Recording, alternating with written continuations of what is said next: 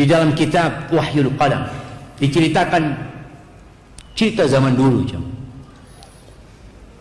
Cerita ada seorang yang namanya Abu Sayyad. Dia sempat bangkrut, sudah nggak punya apa-apa. Istrinya menangis, anaknya menangis di rumah. Dia seorang nelayan. Akhirnya dia berangkat ke seorang guru. Dia ngomong sama gurunya, aku punya masalah secara ekonomi ini, keluargaku sudah nangis-nangis. Apa oke, kata gurunya. Gurunya sholat 2 rakaat, minta sama Allah, kemudian berangkat ke pantai. Coba engkau lemparkan jaring jalam. Dia lemparkan jalan supaya dapat ikan besar. Dijual ke pasar. Kemudian dia belikan roti. Kalau bicara dulu jamaah, makanan itu masya Allah nikmat yang sangat besar. Dia beli roti 2, yang satu isinya madu, yang satu isinya keju. Dia bawa, dia datang ke gurunya. Guruku, engkau ambil salah satunya. Kata gurunya, enggak. Gurunya mengatakan, kalau kita minta untuk diri kita sendiri mungkin enggak keluar, itu tadi ikan. Itu rezekimu, kata dia. Dia bawa pulang jamaah 2 roti ini. Di tengah jalan ada seorang perempuan bersama anak mengemis. Ngelihat orang ini bawa roti, didatengin. Dia minta dengan tangisan anak perempuan ini. Kesian orang ini. Dia ingat sama istri sama anaknya di rumah. Dia kasihkan roti itu dua-duanya. Lalu anak itu tersenyum jamaah. Senang dia makan dengan lahapnya. Yang Abu Sayyad pusing, nggak berani pulang ke rumah.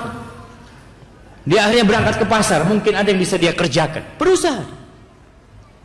Ketika dia jalan di pasar, tahu-tahu ada yang manggil-manggil. Man yadulluni ala Abi Sayyad. Siapa yang ngasih tahu aku Abu Sayyad, katanya. Abu Sayyad, kata dia. Kata orang aneh pasti, itu yang jalan tuh, kata dia. Dipanggil lah Abu Sayyad, kata dia. Ada apa engkau, kata dia. Dia cerita, aku punya utang sama bapak 30.000 dirham. Masya Allah, 30.000 dirham itu kira-kira 3.000 dinar. Dia bisa buat beli kambing 3.000 ekor. Kalau antum nggak kebayang tuh, 3.000 ekor kambing. Dikasih duitnya, dia ahli waris bapaknya sudah, dia terima duit itu, masya Allah, hidupnya makmur jemaah.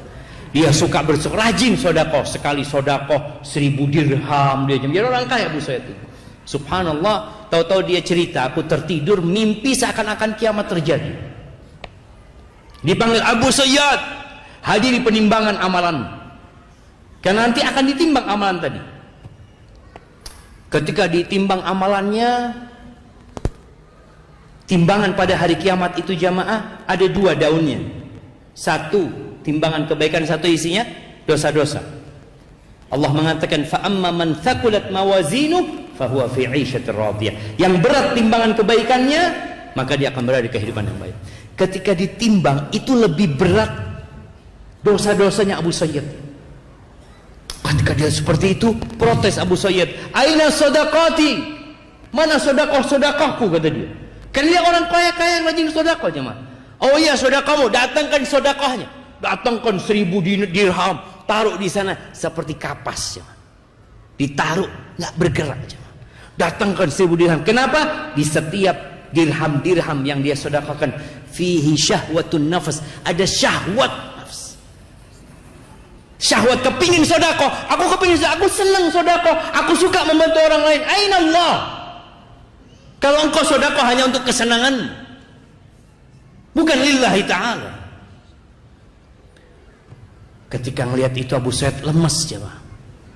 Lalu dikatakan, innaka la tudzlamul yaum. Kau nggak akan dizalimi hari ini.